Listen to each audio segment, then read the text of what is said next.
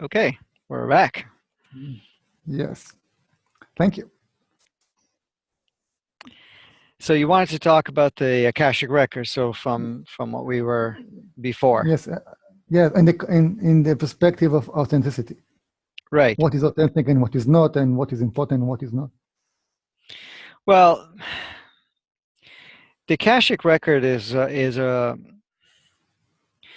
yeah. I'm not much of an authority when it comes to that. Not that I'm authority to anything, but in essence, I've looked at it because I've really never paid that much attention to the Akashic records. I know a lot of it is dissolving out of our recording. But what the Akashic record has been is a record of, there's levels to it. There's the Akashic record of the human experience. So let's put it this way. You take a certain individual, a person.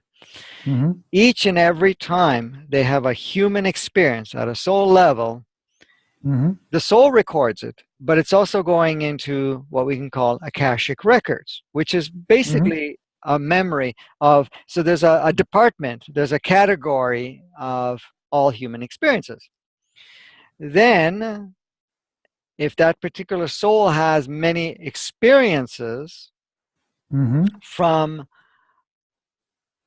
how can I say, from another planet, say it's on another planet on another universe or another galaxy, Mm-hmm. and it has, say, 10 or 20 lives in that, it creates another another category of those experiences in the Akashic records. So it's like a library, all right? Now, the other part of the Akashic records is where it takes an overview of the whole category. So it takes on all of that. Now, remember what I was saying. The entity records the human experience, for example. That's related to our present experience. And it goes into the collective and so forth. The soul comes in and it can have multiple purposes or multiple lives, but it's also bringing that part into this experience. Now, the soul records, like I was saying, the most important crucial parts that it can use for its enlightenment. It will not record everything. The entity records more. The Akashic records records kind of the whole thing.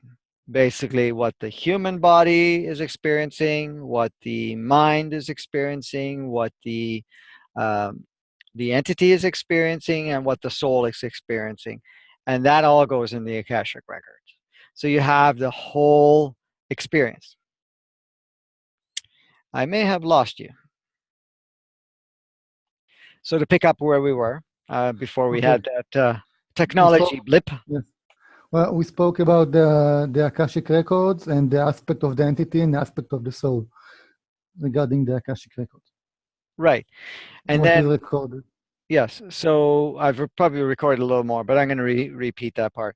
So what the Akashic record does at this point in time is it records all of it. What the mind experiences, what the body experiences, what the entity experiences, and what the soul experiences, and puts that all a complete record of all of that. And it becomes available for any part of it to be accessed from the soul, from the entity, from the mind, and also from the body. It's all accessible from that Akashic record. Now, the Akashic record may also keep information of unfinished business and so forth that's there.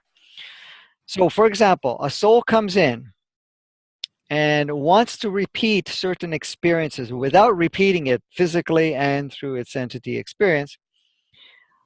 It can go into the Akashic record and bring down the whole experience that was recorded for one clip of that time. For example, say at 5 years old, something happened that was beneficial to get more of it in this incarnation, which is another incarnation.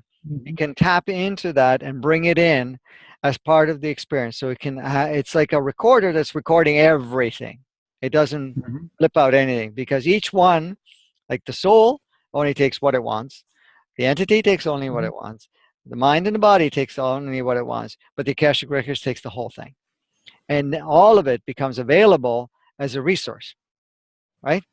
Now, sometimes what happens is, because there's so much data there and so much information of experiences, it has a tendency to want to look back at some of the past. And this is one of the things that there's been a streamlining and then eventually dissolving of the Akashic Record stuff. Now, for example, you can look at the Mm-hmm. soul.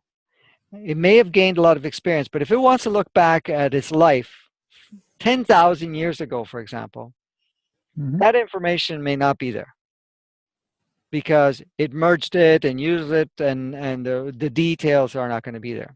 Of course, the entity itself will not have it, because it's always merging at one point or another, so it's not going to have that. Same thing as the body and the mind.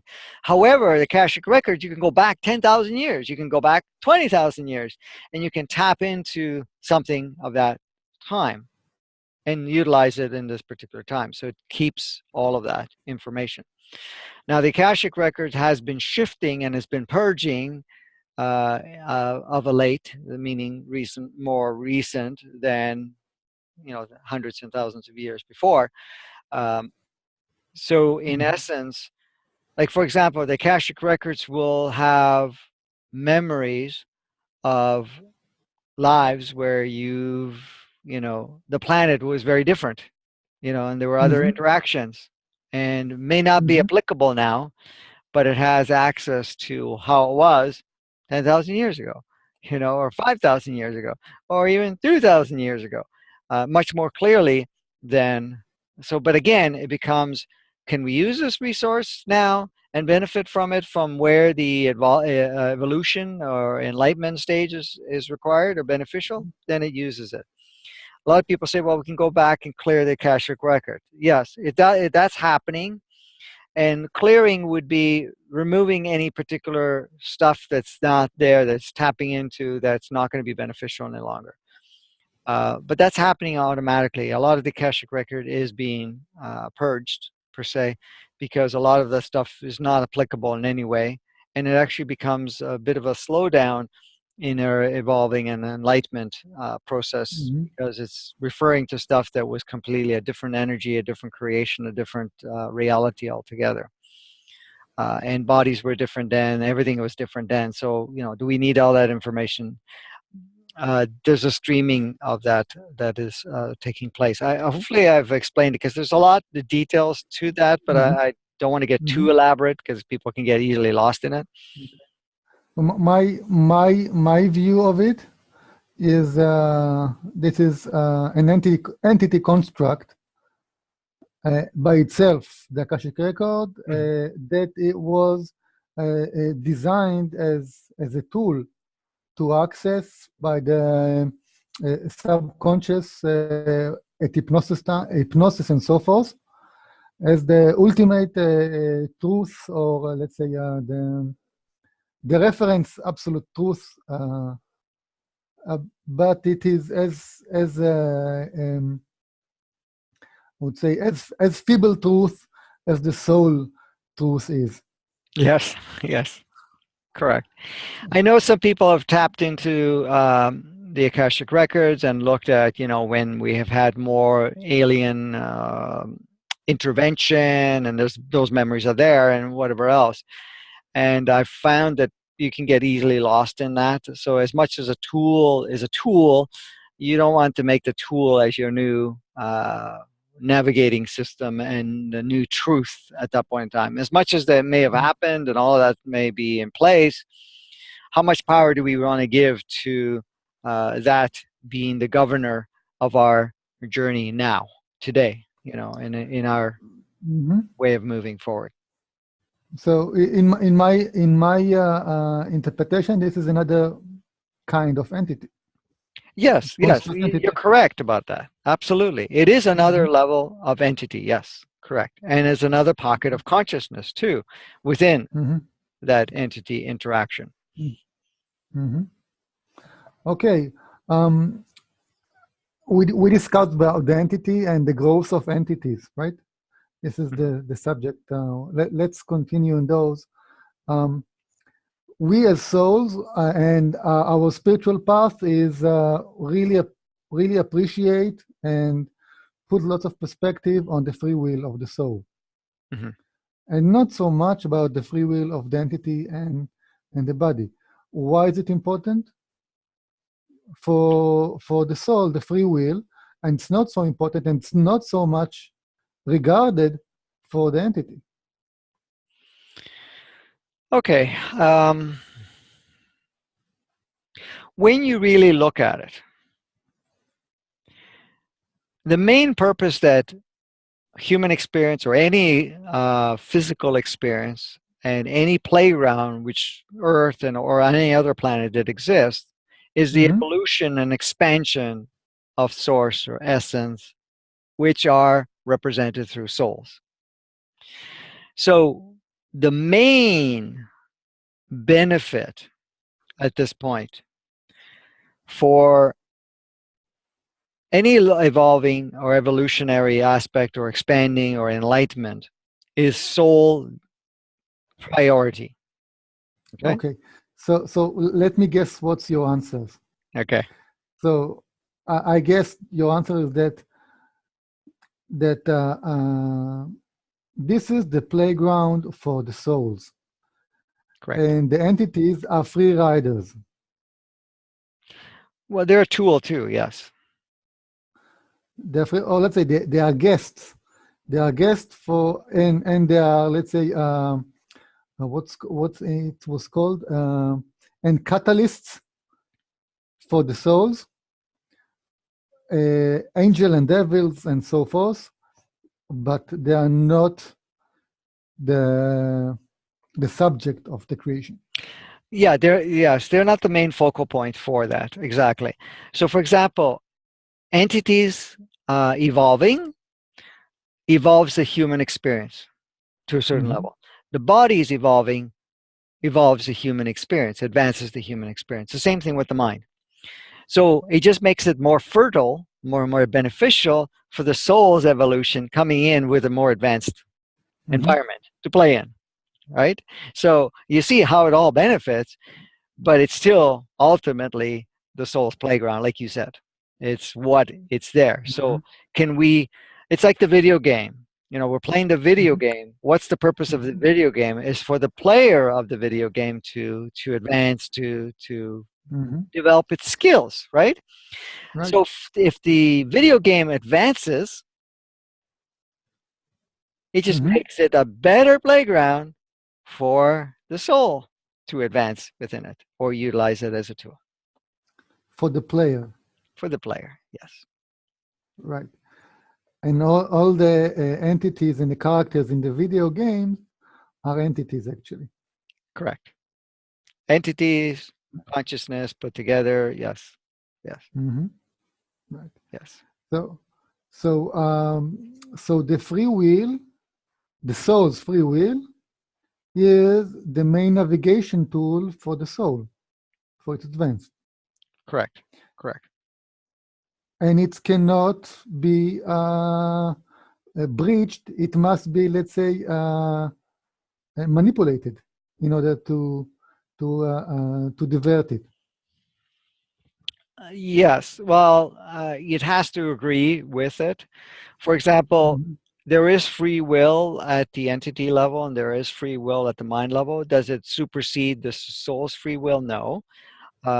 However, the soul Mhm. allows, that's probably not the proper word, but is an agreement to let the entity evolve because it is how it facilitates the soul's involvement. And the same thing with the physical and so forth. So saying, okay, I'm going to leave you the free will to make certain decisions because that particular decision will create an environment where I can benefit too because there's certain areas that I haven't been able to access before. So yeah, go ahead for it, do it, and Mhm. but the soul doesn't become the dictator, but it carries a priority sequence of saying, okay, this is what we need to do for the purpose. Like, we're here for this. Okay. The other thing Okay. too is the soul's advancement is source advancement, and a source advancement, it benefits everything anyways because we're in that field.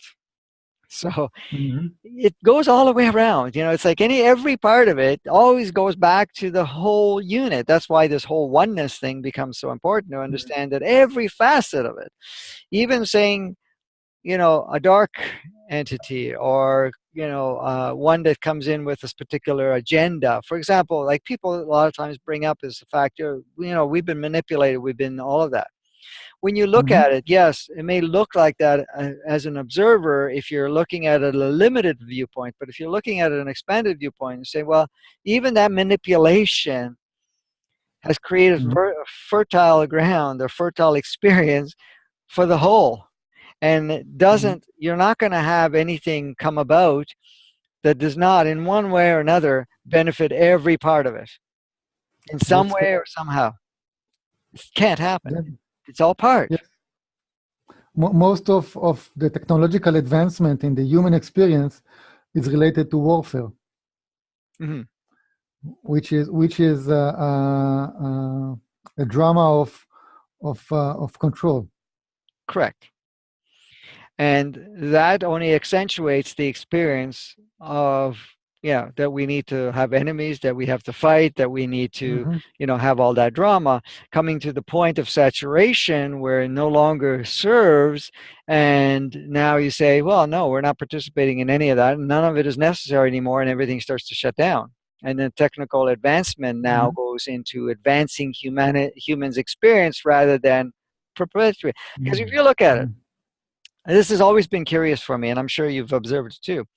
If we took the resources, the technology advancements, the tools that we have been provided, and the tools that we've Mm-hmm. discovered ourselves, and the souls that have brought it in from other realms, and we used it to advance a playground that was sustainable and harmonious for the physicalities, harmonious for the collective, harmonious for the planet and everything on the Mm-hmm. planet, our world would be a completely different playground at this point in time, where we would be flourishing rather than still being in struggle and so forth. That is an old pattern, Yes, but paradigm.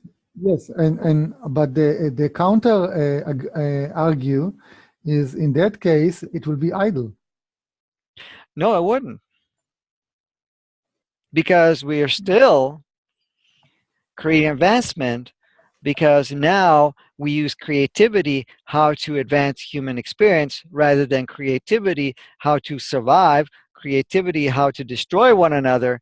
And it's like, I'm going to go in and destroy my vehicle, my body, only coming to the realization, wait a minute, I needed that body, Mm-hmm. I didn't take care of it, now it's gone. Planet Mm-hmm. Earth is a body. Every physicality on the planet and everything on the planet is part of the body, and it's part of the Mm-hmm. vessel and the vehicle. If we destroy it all, then we find out that we're no longer able to play here. The entities disappear, of course. Mm-hmm. The physicalities disappear. Everything that's on the planet disappears, and the soul's left like, oh, there's one playground I don't have anymore. You know. Okay. So This um, reminds me of a question about the soul of the planet, of a planet, any planet.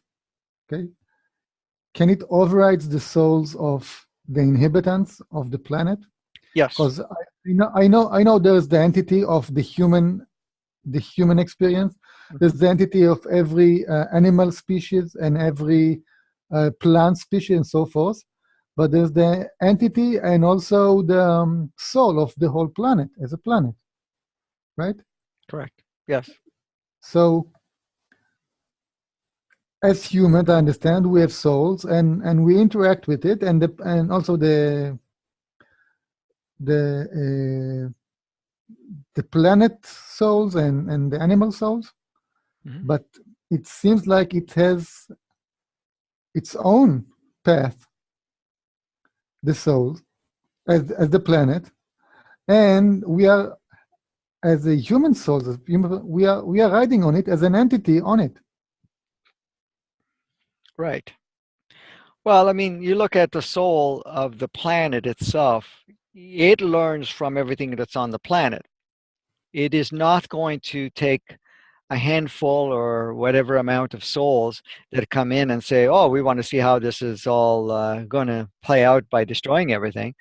The um, the soul of the planet has to be in agreement for any part of that because it Mhm. overrides and oversees the whole human experience because it does not take the will of only a small group of humans souls or alien souls or anything else that's on here or animal souls and so forth. It basically says I'm going to be here regardless of what you choose to do, and even if you uh, choose to damage the fabric of what sustains you on a physical form, I will rebuild Mhm. and repair, and you won't be here. But when we're talking about the entities and the physicalities, and the Mhm. souls can't come back until a whole new seeding takes place. So the planet's not going to allow its extinction Mhm. because of the game that is being played. Because basically, the planet itself has wiped itself out several times over, the Mhm. millions of years, and Mhm. species have come and gone. And we're just another Mhm. species if you're talking human, and the animal Yeah. kingdom and plant life, all of it has been other Mhm. species, and there's always Mhm. restart, right? Yeah. This is. It says that this is the fifth kingdom Hmm. of life of life rejuvenation or life cycle on the earth. Correct. Yes. So at this point in time, it's not going to allow the sixth one to come about. So, in essence, this fifth one is going to be around for a while. And if it means you have to push everything out, we'll push everything out. But at this point, it's being cooperative. It's upgrading itself too, as the souls that are coming on the planet are coming up much more upgraded. But yeah, you got a good point because it's not. There is a. It's like anything else. You have a virus that comes into your body. It's really the consciousness of your entity, your body, your soul, and at the end, the consciousness of your physicality itself. Mhm. The whole that if it allows it to flourish or not. It's saying, well, you come in, but do I give you space to play? Yeah, I'm going to give you some space, but I'm not. Ultimately, I have to decide if I'm going to let you take over and take me out of offline, right? And Right. so there's so much that needs to be agreed upon before anything takes place. It's not like, oh, it just happened, right? There's much more to that. So And so in that's the macro, that's the micro inversion version of the macro, which is the planet Earth. Say, okay, so the sector can kill each other, do whatever you want, but if it's going to affect the whole, then I'm not mm, allowing it. Then it won't happen. so in that respect, uh, the free will of the planet can and will override the free will of the human collective. Correct.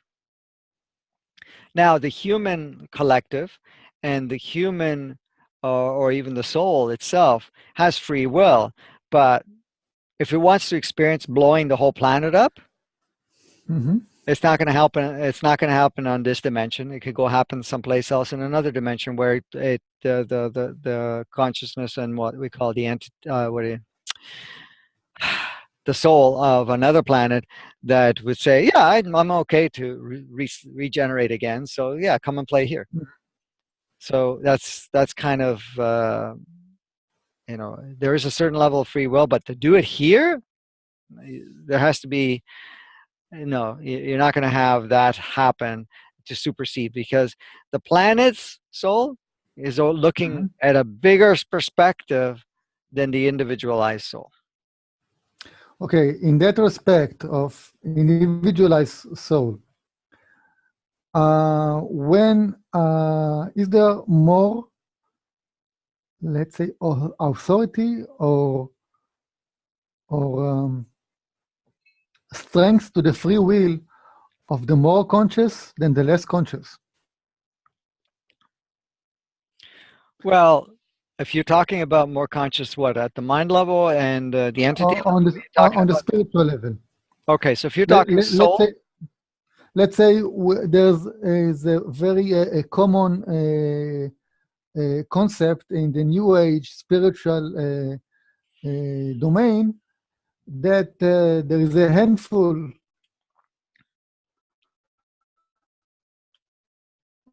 of very spiritual people, what I say, arrogant. mm, Okay, that means that some people are more important or more effective than other people as a soul, mm, more counted. right, Okay, well, in a matter of speak, yes, whenever someone is speaking his mind and his ideas, those ideas can spread out and infect the others. correct. But it can go both directions. It can be for controlling people or for freeing people or spiritualizing people, right? Mhm. Yeah. But on a spiritual level, I don't accept the the concept that there are the more spiritual people have more spiritual authority or more counted toward the evolution of the earth. What's your aspect? No, you're correct about that because there isn't more. Now, the only difference is, oh, let's put it this way: each and every soul has the same accessibility. Now, if one soul is more advanced than the other, and when I say advanced, it basically has less layers and it remembers more of who it is and more experientially Mm-hmm. expansive. It may be more consciously aware of the the capacity that it has. But does it have the right to control any other soul or any other presence on the planet? No. Now, it will, like you were saying, can share its wisdom, its experiences from a more advantaged point, but it's up to the Mm-hmm. individual souls to take on or utilize any part of it. For example, even this information that's going out now, or any information that's put out there, Mm-hmm. who are attracted? The ones that are interested in finding out, and they'll listen, but they can use a small part of it, they can use none of it, or they can use a lot of it as bringing it into their own personal experience.